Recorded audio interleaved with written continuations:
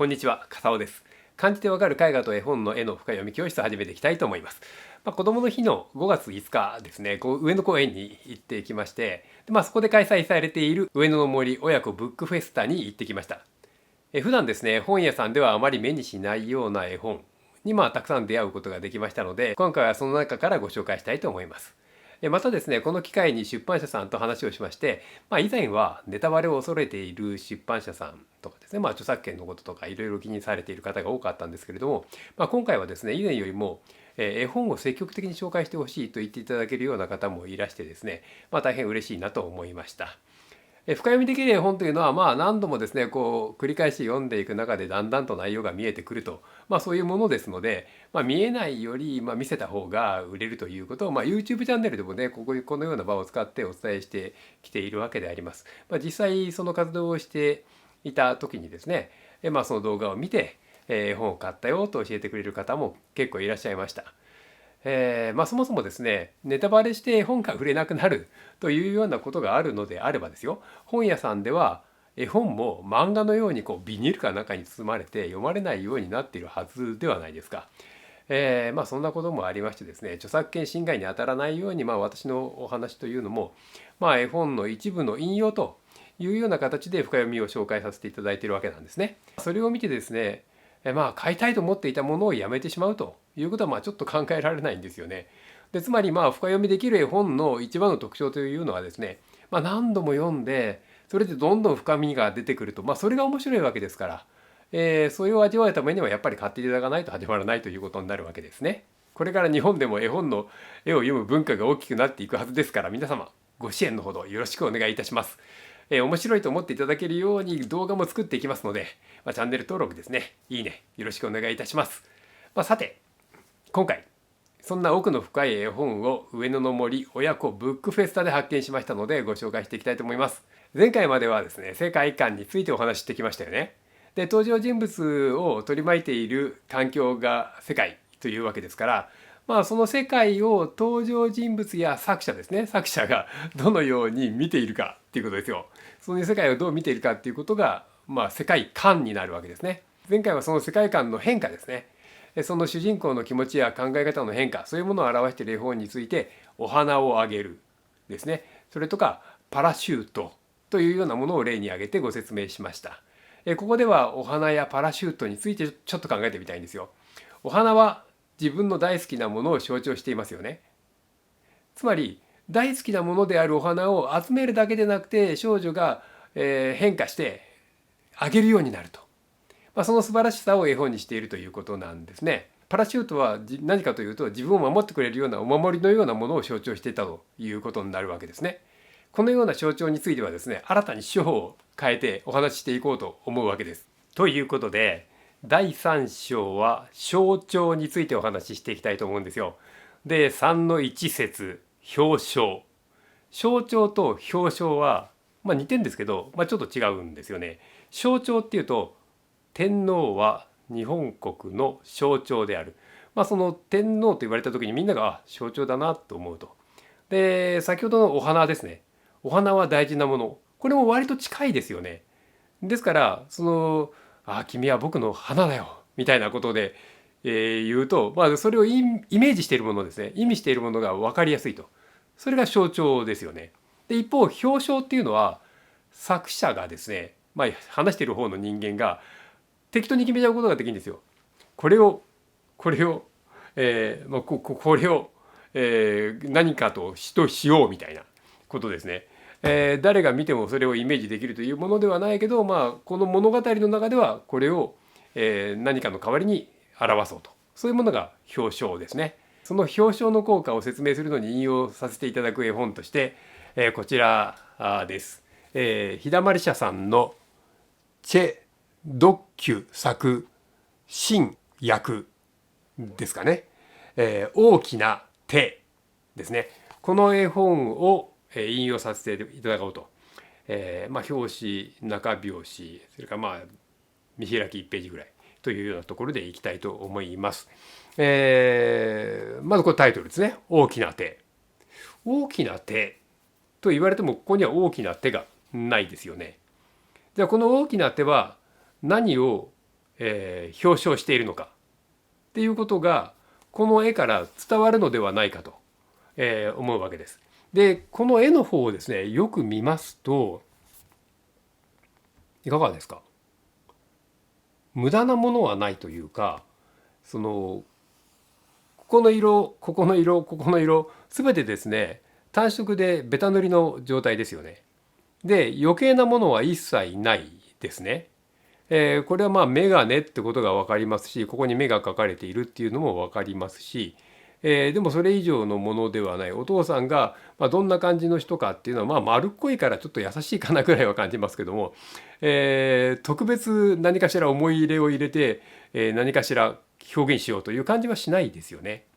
ですのでいろんなものが記号化してるってことですね。メガネとか口とか、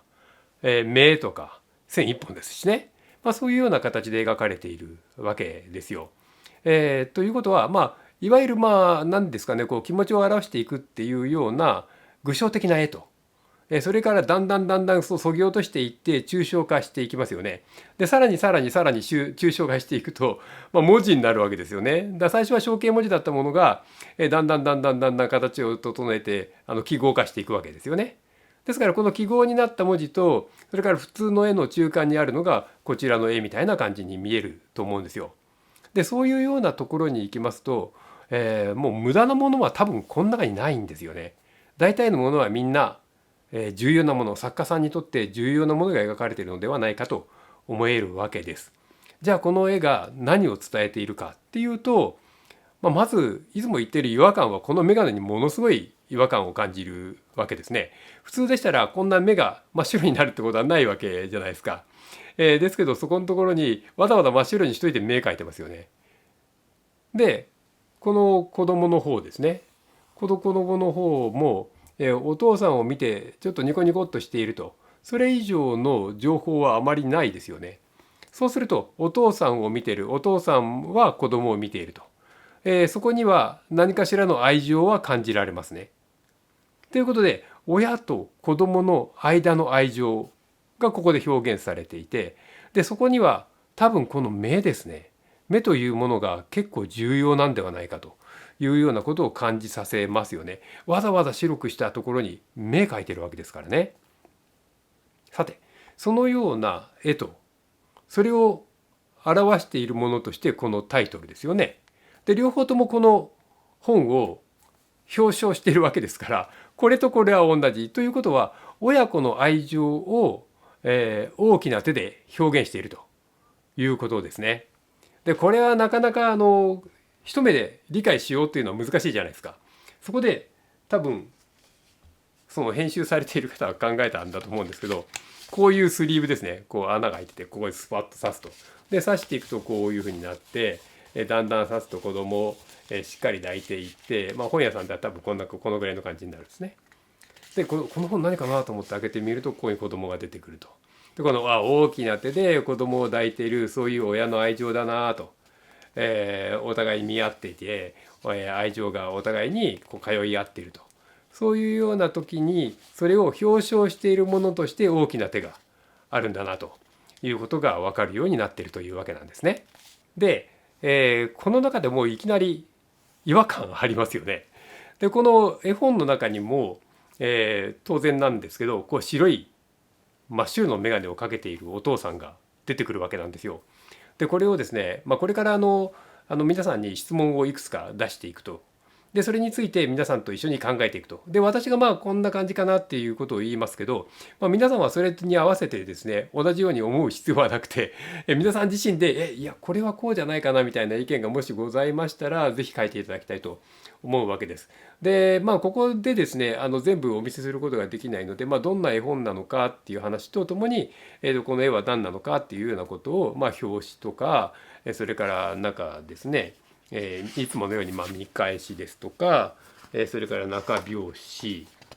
それプラス最初の第一見開きぐらいのところでお話をさせていただきたいと思うんです。この先ですね質問形式でお話をしていこうと。で質問をして、私はこう考えますよみたいなお話をして、でその後皆さんにですね、できれば是非この本を買って見ていただいてですね、皆さんのご意見をいただきたいなと思うんですね。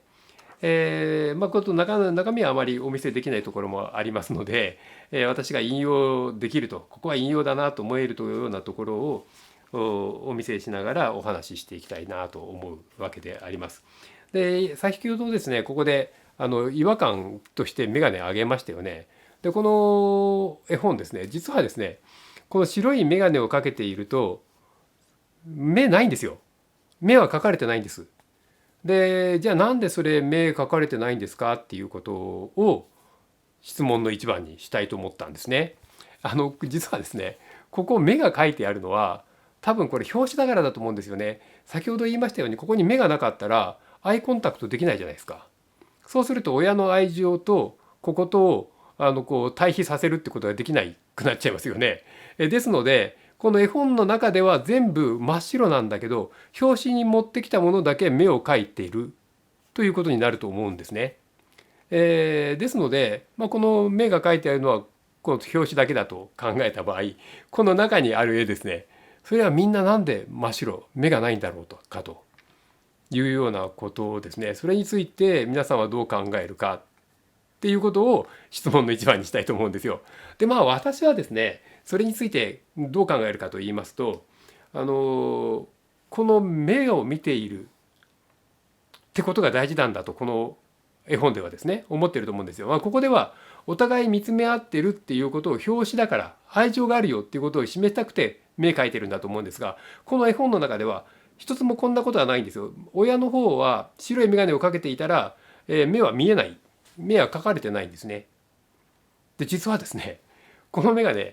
ずっと先行くと黒い眼鏡になるんですよ。で黒い眼鏡になると目が描かれるんですよ。それはなぜなんだろうかと。これ質問の一番に続いてるんですけどね、なぜなのかそこを考えていただきたいと思うんですね。で私の答えとしては、今これ見つめ合ってるけど、目ないと思ってください。目ないとするとですよ、子供は親を見つめているっていう絵になりますよね。ですから子供は生まれてくる。で親は愛情を注ぐ。で子供は親のことを見て愛情を感じるわけですよね。ですからまずは子供の目線で物事が進んでいくと、子供が。で、だんだん大きくなっていきますよね。で大きくなっていくと今度は逆転して、子供が親の面倒を見るようになりますよ。つまり介護ってやつですね。介護をしていくようになると。でその時に子供が親を見ていた目線と、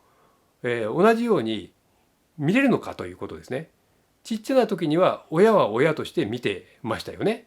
で大きくなって、親の方が弱ってくると。で介護をしなきゃいけない。でその時に親として見れるのかっていうことですね。でその目線ですよ。その目線が大事なので親の方が消されている時には子どもの目線がすごい大事になると。で今度どんどん大きくなっていって親の方が黒い眼鏡になって目が描かれてくる。そうすると今度はですね親の目線の方が感じられるじゃないですか。つまり子供は親の目線を借りて世の中を見ることもできるようになってくるということなんですよね。多分ですよ。これは私が考えていることなので、皆さんだったら違う考え方ができるかもしれないということでして、その辺の面白さですね、人によってどう感じ方が違うかみたいなことを、楽しんでいくのが深読みですから、質問をお互い考えてそれについて、答えを出していこうということになるわけですね。ということで、この絵本はですね、視線を非常に大事にしている。なのでどちらの視線を見ているかということを明確にするために、ある部分白くして消しているということなんじゃないかなというふうに思うわけです。でこれがですね質問の一番ということになりますね。では、次にですねもう一つ似たようなことでして、ここに線入ってますよね。これ先ほども言いましたけど、大体は重要なことしかもう残ってないはずですよね。非常に単純化されている。そうするとこの白い線っていうのも何か意味があるだろうなと思えるわけです。じゃあこの白い線は何を意味しているでしょうかということなんですね。でそれについて、私の答えはですね、先ほどの白い眼鏡とちょっと似ているところがあって、で両方から多分攻めてると思うんですよ。で実はですね、この3本の線というのも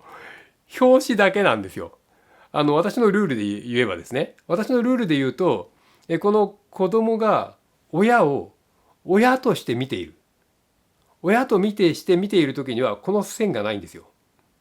こうなんですよ。だから本来ならこの表紙だったら親として見てますよね。親として見ているので、こういう状態でないと私がこれから言うルールに当てはまらないんですね。ですので、なんで書いてあるかっていうのは、先ほどのメガネと同じように、ここメガネ合わないと愛情が通じないと。で親というのは年を取っていくもんなんだということで、実はですね、この3本の線っていうのは白髪の線ですとかシワの線ですとか、そういうものを表現していると思うんですね。ですからある意味おじいさんの表彰であると。でそれもですね、子供がお父さんをお父さんだと思っている時は、これなしだと思ってくださいね。絵本の中ではこうなってるんですよ。子供がお父さんをお父さんだと思って見てる時には緑色なんですよ。でだんだん子供が大きくなって、また先ほど言いましたように介護をしなきゃいけなくなりますよね。でその介護をしなきゃいけなくなってくると、だんだん親と思わないですよね。ちょっと邪魔かなみたいな、面倒くさいなとかっていうのもあるかもしれませんし、そういうふうになってくるとこういう線が出てくるんですよ。ですので、でもですよ、子供の時に親がどういうふうに自分のことを見てくれていたのか、親の目線ですよね。親の目線、先ほど言いましたように、今度は親の目線で自分を見ている。親の目線で自分を見た時に、親はきっとこう思ったろうなと、子供ができたことで非常に嬉しかったと、そういうふうに思ったんじゃないかなってなるわけですよね。そういう目で子供の方が介護しているお父さんを見たと、その時の絵はこうなってるんですよ。ですから客観的におじいさんだよねっていうふうに描く時にはこうなっておりまして、で子供の目から見て、いや僕の大事な愛情深いおじいさんなんだ、昔のことを思い出せばそうだよなっていうふうになっている時はこういうふうなものになるんですよ。でこれがですね、質問の2番目です。1番目はこっちだでしょ、2番目はこっちだったでしょ。でこういうどちらも象徴ですよね。でこういう象徴についていろいろ見ていきたいと思うんですね。じゃあさらに進みます。3番目の質問いきますね。これ見返しですね。で前のお話もしましたけど、見返しというのは世界観だよということですね。でこれ見ると、まさに世界ですよね。じゃあその世界の主人公はどこにいるかというと、ここですね。ここにお父さんと、子供で、これ乳母車に乗ってますね。これお父さんと子供います。でこれがこちら見返しの状態になってますね。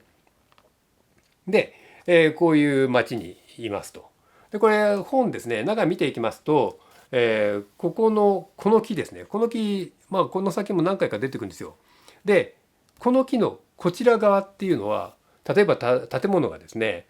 古くなってたりして過去を表していることが多いんですね。ここでは今現在を表していると思うんですけど、でこの木のこちら側が未来っぽいんですよ。建物が新しくなってたりするんですね、この中身見ていきますと。ということは、この木の現在よりも昔ですね、自分が、この現在は、お父さんを介護するようなことをしているのが現在で、それより昔子供を、自分が子供だった頃ですね、お父さんが乳母車をしてくれていたみたいなことがここにあると。でさてここでですね、またいつものように違和感何か感じるものないでしょうかということですね。でその違和感としてですね、私が感じるのは、絵本っていうのは右に進むものですよね。ですけどこの中で右に進んでいる人と左に進んでいる人とどちらが多いでしょうかと、それぞれ何人ずついますということなんですね。でそれが3番目の質問ということになるんですけど、これを数えてみますとですね、左を向いている人が13人、それから右を向いている人が6人ということになっております。で一般にはですね、右向きに進むのですが、この絵本ではですね、現在と過去を行き来する絵本なので、あえて左を向いている人を多くしているんじゃないかなと思うわけなんですね。ということでこちらに行きます。ここが中拍子ですね。中拍子に大きな手って書いてあって、でこちら側には、乳母車を押しているお父さんがいます。つまりここですね。ここですよね。でその前にこちら側にずっと線が書いてありますね。で逆にこちら側奥付け見てみましょう。そうするとこちら側では、お父さんはお年寄りになって車椅子に乗ってますと。で、子供が押してますと。で後ろ側に今度線がありますね。じゃあこの線は何を商標してるんでしょうかということが3つ目の質問になるわけです。でそうするとこれとこれですね。で比べていただくと私からすれば人生だろうなと。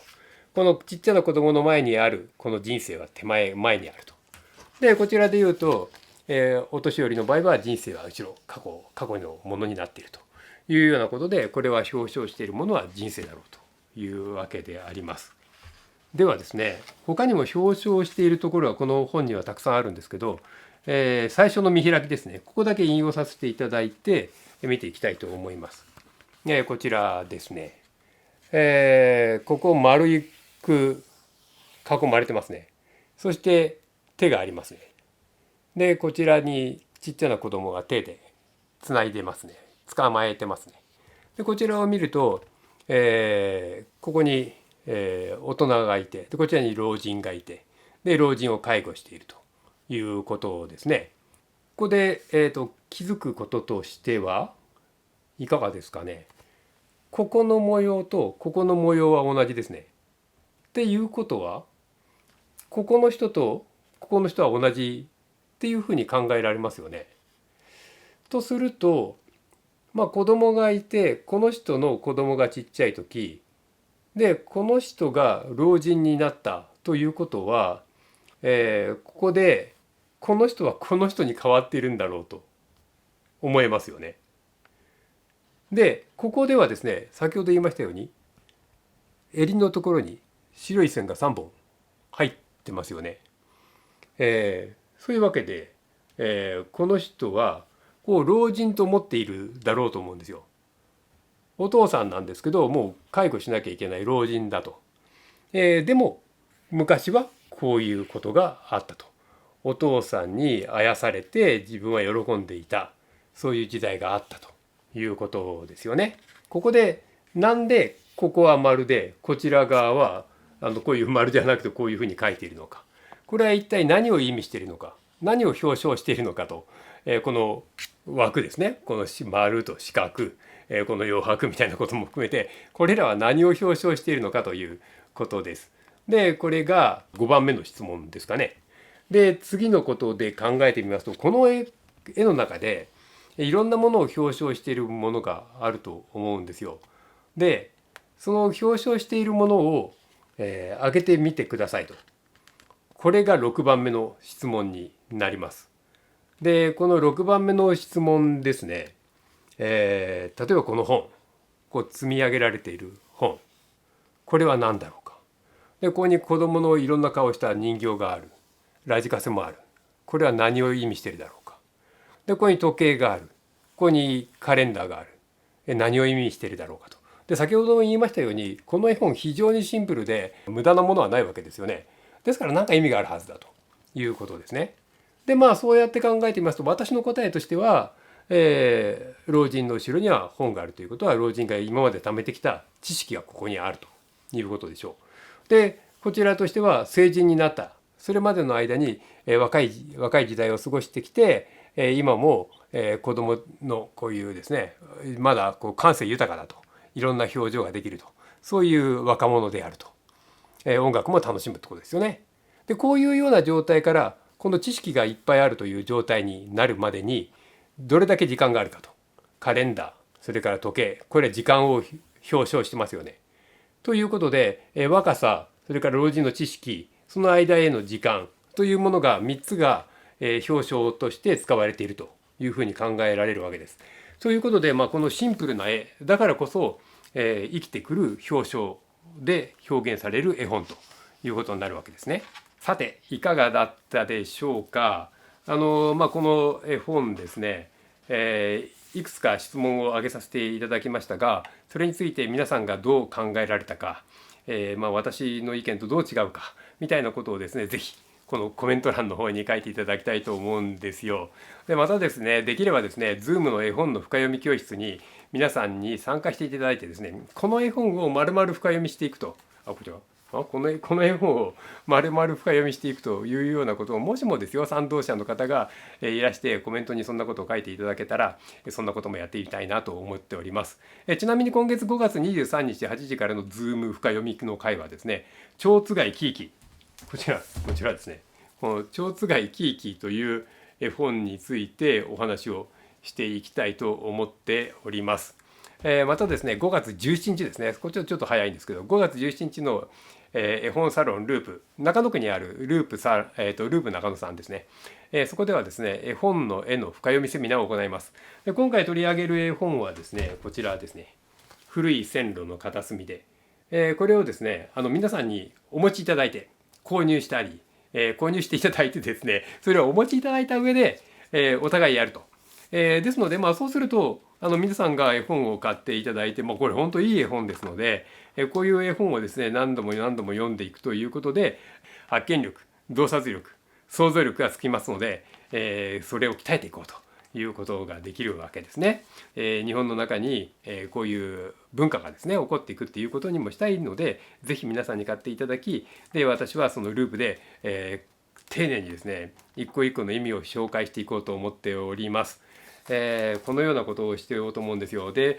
先ほども言いましたように、いろんな質問はですねオープンクエスチョンです。どんなふうに答えても問題はないわけですね。それについて、絵っていろんな解釈できるじゃないですか。ですからその自分なりの解釈を絵からどうしたかっていうことをお話ししていただきながら楽しんでいこうということなんですね。でこのオープンクエスチョンに関してはですね、タヤさん、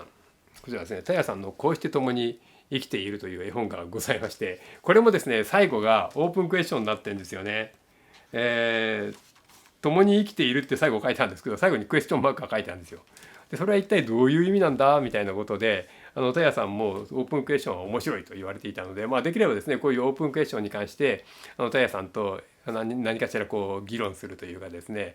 対談できたら面白いかなとも思っております。というようなことでして、小学校4年生以上の大人がですね、一緒に絵の深読みができるような、そういう場を、そういう社会を作っていきたいと思っております。ご賛同いただける方はですね、ぜひチャンネル登録、高評価、それからコメント欄に何かいろいろですね、皆さんのご意見ですとか励ましのお言葉ですとかいただけると嬉しいと思っております。よろしくお願いいたします。では。